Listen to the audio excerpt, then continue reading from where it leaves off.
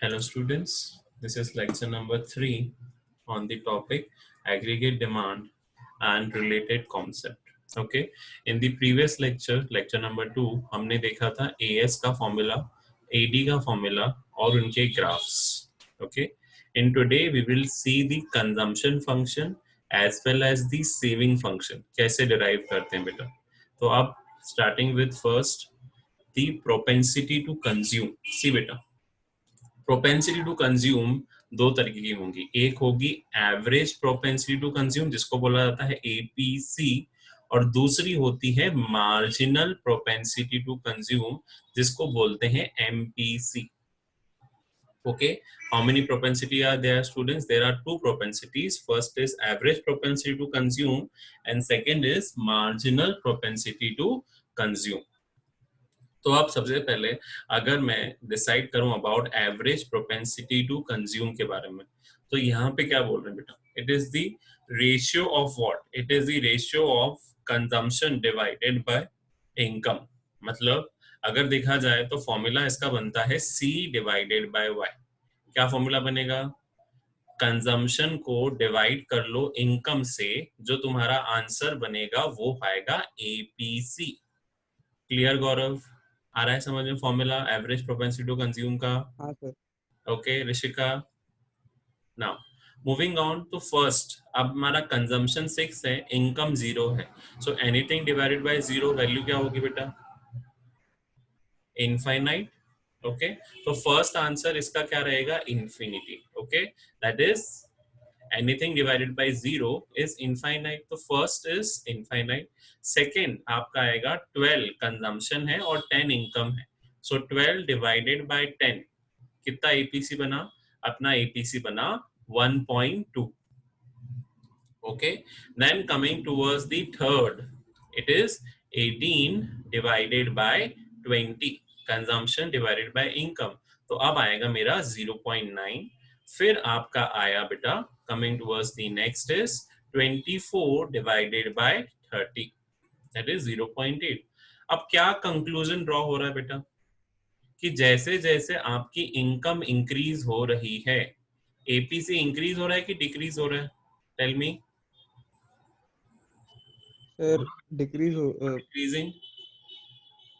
Decreasing, हो रहा है सर. डिक्रीज हो रहा है. सो यहाँ पे जैसे जैसे आपकी इनकम बढ़ती जाएगी, देखो कंजम्पशन भी बढ़ रहा है, पर याद रखना numerator is increasing, that is consumption is increasing with the less amount and denominator is increasing with the larger amount. Means अगर ये 6 से बढ़ रहा है तो ये 10 से बढ़ रहा है, ये अगेन 6 से बढ़ रहा है तो ये अगेन 10 से बढ़ रहा है. इसीलिए डिनोमिनेटर ज्यादा वैल्यू से इंक्रीज हो रहा है. इसीलिए जैसे जैसे आपकी इनकम इंक्रीज होती है बेटा, only thing is whenever your income is increasing, your average propensity to consume starts falling. Is this clear, Rishika? Formula clear हो गया? Yes sir. Okay, formula is C divided by Y. अगर अपना first निकालें तो 6 divided by 0 infinite, फिर 12 divided by 10 is 1.2, फिर 18 divided by 20 is 0.9, then 24 divided by 30 is 0.8. तो ये अपना आ गया APC, that is average propensity to consume. Now moving on towards the next, जो मैंने बताया क्या था आपका ग्राफिकल. अभी पहले APC पे वर्कआउट कर लेते हैं, थोड़ा बहुत APC देख लेते हैं, then we will go for MPC. अब अगर मैं ग्राफिक प्रेजेंटेशन देखूं किसका बेटा? APC का. तो अगर हम प्लॉट कर रहे हैं कौन सा फंक्शन? कंजम्पशन फंक्शन मैंने प्लॉट करा. ओके, फॉर्मूला क्या है एपीसी का? C divided by Y is equals to 1. अब फर्स्ट अगर मैं 150 पे देखूं, मतलब इस वाले पॉइंट पे, तो इस वाले पॉइंट पे एपीसी कितना होगा? फॉर्मूला लगाऊंगा वापस, APC is equals to consumption divided by income, that is 150 divided by 200. तो मेरा आंसर क्या बनेगा? That will be equal to 0.75. Okay, ये हो गया ग्राफिकल रिप्रेजेंटेशन. अब एक चीज और देखो इस ग्राफ के अंदर, अगर मैं ब्रेक इवन पॉइंट की बात करूं, what is break even point? जहां पे कंजम्पशन और इनकम क्या होते थे? इक्वल. याद है मैंने बताया था break even point, remember BEP, where consumption is equal to income. अब मुझे इस पॉइंट पे बताओ, ये वाला पॉइंट जहां पे आपका कंजम्पशन और इनकम इक्वल है, name it as point A. इस पॉइंट पे आपका एपीसी कितना होगा? फॉर्मूला लगाते हैं अपन। फॉर्मूला क्या है एपीसी का? What is the formula of APC? Tell me, क्या है फॉर्मूला एपीसी का? सी डिवाइडेड बाय वाई, वो अपना फॉर्मूला। अब मैं सी की वैल्यू क्या पुट करूंगा बेटा? सी की वैल्यू पुट करूंगा 100 और इनकम की वैल्यू पुट करूंगा 100। क्या आएगा एपीसी की वैल्यू एट ब्रेक इवन?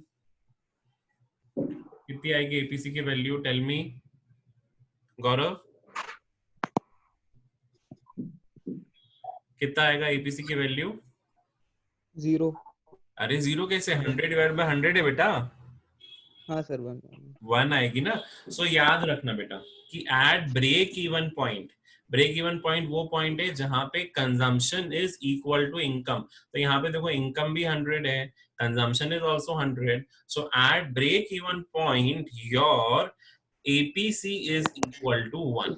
एक चीज याद रखना, what is that? At break even point APC is equal to 1। Okay, now moving further, after APC बेटा अपन देखेंगे पॉसिबल वैल्यूज कितनी है एपीसी की। What are the possible values of APC? सबसे पहली वैल्यू क्या आएगी? इनफाइनाइट। इनफाइनाइट कब होगा? जब आपकी इनकम क्या होगी? Zero. See the pictorial presentation as well as tabular presentation also. जैसे ही आपने इनकम और कंजम्पशन का प्लॉट ग्राफ करा, तो जहां पे इनकम और कंजम्पशन इक्वल होते हैं वो पॉइंट आपका क्या है? Break even point. और ब्रेक इवन पॉइंट पे अभी मैंने बताया कि ब्रेक इवन पॉइंट पे आपका एपीसी क्या होता है? 1। So now table is in front of you. First condition क्या बोल रहा है कि इनकम 0 है और कंजम्पशन 40 है। तो ये वाला पॉइंट ऑटोनोमस कंजम्पशन वाला, इस वाले पॉइंट पे, तो इस वाले पॉइंट पे एपीसी किस पे है? इनफाइनाइट। क्योंकि कंजम्पशन आपका पॉजिटिव है लेकिन आपकी इनकम 0 है। सो फॉर्मूला एपीसी का क्या है? C divided by Y. So 40 divide by 0 करूंगा तो मेरा फर्स्ट आंसर आया इनफाइनाइट। फिर उसके बाद कंजम्पशन जब तक ग्रेटर है इनकम से, मतलब इस वाले पोर्शन पे, ये जो ट्रायंगुलर पोर्शन दिख रहा है जो मैंने शेड करा, कंजम्पशन यहाँ पे ऊपर है और इनकम इसके नीचे है। तो एट दिस पर्टिकुलर पोर्शन यहाँ पे एपीसी ग्रेटर देन 1 रहेगा, जैसे लिखा है 1.2। फिर जब कंजम्पशन और इनकम इक्वल हो जाते हैं, that is break even point, that is F. तो यहां अगर ब्रेक इवन पॉइंट की बात करूं तो at break even point your APC is equal to 1। फिर जो ये वाला पोर्शन है बेटा, I am highlighting it with different colour, जो ये वाला पोर्शन है जब इनकम बड़ी हो जाती है और कंजम्पशन अब क्या हो जाता है? उसके नीचे आ जाता है। So when consumption is less and income is more, APC falls from 1 to less than 0।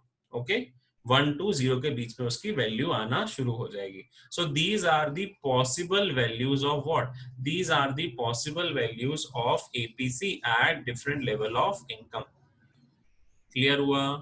जब आपका फर्स्ट इनफाइनाइट, फिर मोर देन 1, फिर आएगा 1 when it is BEP point. फिर बीईपी पॉइंट क्लियर होने के बाद जब बीईपी सही हो गया, तो अब तीसरा पॉइंट जब आपका कंजम्पशन कम है और इनकम ज्यादा है, ये वाला एरिया, तो ये वाले एरिया पे एपीसी क्या हो जाएगा? Less than 1। Is this clear both of you? Is this clear? Gaurav it is हाँ clear? Rishika it is clear? हाँ सर।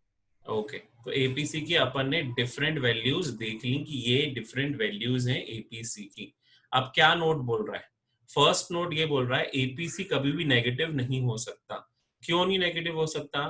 क्योंकि फॉर्मूला क्या है एपीसी का? एपीसी का फॉर्मूला है कंजम्पशन डिवाइडेड बाय इनकम। तो कभी कंजम्पशन नेगेटिव नहीं होगा तो अल्टीमेटली एपीसी हमेशा क्या रहेगा? पॉजिटिव ही रहेगा। APC always remains positive. Okay, दूसरा because consumption can never be 0, तो इसकी वैल्यू 0 भी नहीं होगी। ओके, याद रखना इसकी एपीसी की वैल्यू बेटा 0 भी नहीं होगी। और तीसरा point, APC falls with the increase in income. मतलब जैसे जैसे आपकी इनकम इंक्रीज हो रही है, आपका एपीसी क्या हो रहा है? Fall. This is known as inverse relationship, कि अगर एक वैल्यू इंक्रीज हो रही है और सब्सिक्वेंटली दूसरी वैल्यू डिक्रीज हो रही है, so that will be known as inverse relationship between income and APC. Clear? Note clear हो गया, डायग्राम क्लियर हो गया, ऋषिका, गौरव? हाँ सर। चलिए, now coming to marginal propensity to consume. अब देखो बेटा, याद करो अपन ने 11th में मार्जिनल प्रोडक्ट पढ़ा था, मार्जिनल कॉस्ट पढ़ा था, मार्जिनल रेवेन्यू पढ़ा था, याद आ रहा है थोड़ा 11 का? अब उसी से रिलेटेड मार्जिनल मतलब चेंज, तो मार्जिनल प्रोपेंसिटी में हम देखेंगे कितना चेंज है कंजम्पशन में और उसको डिवाइड करेंगे चेंज इन इनकम से। मतलब इधर जो फॉर्मूला बनेगा वो बनेगा delta C upon delta Y. अगर अपन एमपी की फॉर्मूले की याद करो, अपन जो एमपी फॉर्मूला पहले चेंज से निकालते थे तो वो था delta TP upon delta number of units. तो यहाँ पे भी वही फॉर्मूला है कि भैया हमको एमपीसी निकालना है, so delta C that is change in consumption divided by change in income. ये पॉइंट आपको याद रखना है कि एमपीसी का formula delta C divided by delta Y. तो फर्स्ट लेवल पे बेटा अपन नहीं निकालेंगे।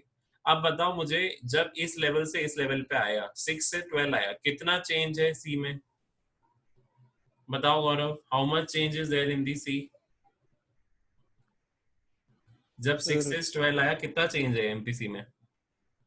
6 का 6। और कितना चेंज इनकम में है?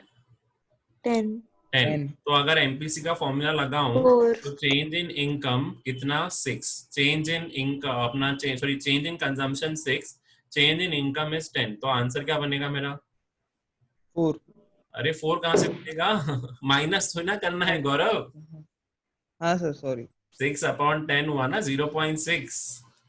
नेक्स्ट हाँ सी सर। दैट, अभी तो यहाँ पे कांस्टेंट बन के रखा है कि बहुत बार आपका, आप देखो 12 से 18 हुआ, वापस कितने का चेंज मिला? 6 का। 10 से 20 हुआ, वापस कितने का चेंज हुआ? 10 का। तो वापस 10 का। 6/10। जरूरी नहीं कि हमेशा एमपीसी कांस्टेंट ही है, आप एमपीसी के वैल्यू निकालोगे। मेनी टाइम्स क्या होता है, आपकी बुक्स में इसका ऐसा ही क्वेश्चन दिया हुआ है तो बच्चे मानते हैं कि हमेशा एमपीसी क्या होगा? कांस्टेंट होगा। एमपीसी कभी कांस्टेंट नहीं रहता है, it depends on question to question कि कैसा क्वेश्चन आएगा, उसमें आप कैसे कैलकुलेट करोगे, इट टोटली डिपेंड्स। तो एमपीसी का फॉर्मूला क्लियर हुआ? What is the formula? MPC delta C upon delta Y. मतलब अगर इसको सिस्टमेटिकली अपन बोले तो आ जाएगा change in consumption, that is change in consumption upon में चेंज इन इनकम। तो ये हो गया आपका फॉर्मूला ऑफ एमपीसी। अब आ जाते हैं बेटा ग्राफिकल प्रेजेंटेशन ऑफ एमपीसी। अब सिंपल, जो आपका पहला ग्राफ था 100 वाला, और उसके बाद अपन ने 200 और 150 देखा था। अब आपको यहाँ पे दो वैल्यूज दी हुई हैं इनकम की और दो वैल्यूज दी हुई हैं कंजम्पशन की। तो एमपीसी का फॉर्मूला क्या है? What is the change in consumption? Tell me from this particular, कितना चेंज है कंजम्पशन में? 100 से 150 हुआ, what is the change in consumption? कितने का चेंज हुआ ऋषिका? 50। 50। और कितने का चेंज इनकम में हुआ? 100 से 200, बताओ। 100। 100। सो फॉर्मूला क्या बना? 50 divided by 100 that is equals to 0.5। तो ये हुआ एमपीसी। अब what will be the possible values of marginal propensity to consume? सबसे पहली वैल्यू तो हमने निकाली नहीं, बिकॉज वहां पे चेंज नहीं पता है। पहला change, when C does not increases with Y increases। सबसे पहला, अगर C इंक्रीज नहीं हो रहा है पर Y इंक्रीज हो रहा है, ओके। अब देखो नेक्स्ट, यहाँ पे, क्योंकि यहाँ पे तो C 0 हो जाएगा, फॉर्मूला क्या है अपना? Delta C upon delta Y। तो इनकम में भले 100 का चेंज है लेकिन C में क्या है? 0। तो फॉर्मूला हो जाएगा 0 अपॉन 100। तो यहाँ पे एमपीसी की वैल्यू 0 हो गई। फिर क्या बोला? when C changes same with change in Y, मतलब दोनों में सेम चेंज है। जैसे ये 40 से 140 हुआ तो 100 का चेंज इसमें भी आया और 100 का चेंज इसमें भी आया। तो एज पर फॉर्मूला चलूं तो change in consumption upon change in income, 100 cancel होके आपका वैल्यू आ गई 1। सो ये वैल्यू हो गई 1 अगर दोनों में चेंज सेम लेवल का होता है। दूसरा, when change in consumption is less than income, जैसे यहाँ पे 140 से 220 हुआ तो यहाँ पे 80 का चेंज है, और 200 से 300 इनकम हुई तो यहाँ पे 100 का चेंज है. सो 80 डिवाइडेड बाय 100, तो आपका वैल्यू क्या बन गया? 0.8.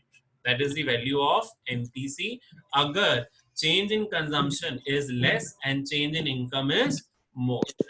तो अपनी तीन पॉसिबल वैल्यूज आ गई बेटा. किसकी? तीन पॉसिबल वैल्यूज ऑफ एमपीसी. पहली 0, फिर then equals to 1, and then less than 1 and more than 0. मतलब 0 1 के बीच. इनफाइनाइट कभी नहीं होगा, याद रखना. एपीसी इनफाइनाइट हो सकता है लेकिन ये इनफाइनाइट नहीं होगा. Now what is the note? Value of MPC is greater than 0 and less than 1. मतलब वो 0 और 1 के बीच में ही आपके पास आएगी. या तो इक्वल टू 1 हो जाएगा या फिर equal to 0. Means the value of MPC will fluctuate between 0 to 1. दूसरा क्या बोला नोट? इट इज बिटवीन, जैसे मैंने बोला, it is between 0 to 1. That is the value of MPC. Now coming to इस, बेटा अपन ने कंजम्पशन एक्सपेंडिचर पढ़ा था, बताया था मैंने कितने कंजम्पशन एक्सपेंडिचर होते हैं. चलो Rishika, read the slide. Yes, sir. Read the slide. What is consumption expenditure? Total expenditure on purchased goods and services by the entire household. Entire household. तो यहाँ पे अपन ने ये देखा है कि consumption expenditure दो तरीके के होंगे. First is your autonomous consumption expenditure, which does not changes with the level of income. और इसको हम बोलते थे consumption at zero level of income. Remember, consumption at zero level of income is what? Zero level of income पे जो consumption रहता है उसको बोलते हैं autonomous. Induced consumption जो आपकी income increase के कारण increase हो रहा है, means if my income is increasing and my consumption also increase, then that kind of consumption will be known as induced. Okay? अच्छा, induced word का मतलब क्या होता है? Anybody knows induced word meaning in English? What is the meaning of word induce? देखो इससे English से भी रिलेट कर सकते हो. What is the meaning of induce? बहुत बार आपने यूज भी करा होगा. कभी यूज करा है induced? ऋषिका, गौरव, induce वर्ड का मतलब? अरे पढ़ता ही नहीं पता है induce. No one? गौरव, ऋषिका? नहीं पता सर. अच्छा बेटा, तो अपन ये समझो, induce means which brings influence. अगर कोई चीज किसी को इन्फ्लुएंस कर गई है, आई वी से ना, he is a very induce personality. I am induce because मैंने उसको देख के उसको फॉलो करना शुरू हो गया. तो यहाँ induce is that kind. Means अगर इनकम इंक्रीज हो रही है तो इनकम को देखते हुए कंजम्पशन भी इंक्रीज हो रहा है. So that is known as induced consumption. Okay, ये हो गया कंजम्पशन एक्सपेंडिचर के बारे में. अब type of consumption expenditure already told you that are autonomous as well as induced. Autonomous consumption क्या होगा बेटा? जो जीरो लेवल ऑफ इनकम पे होता है, that is known as autonomous consumption.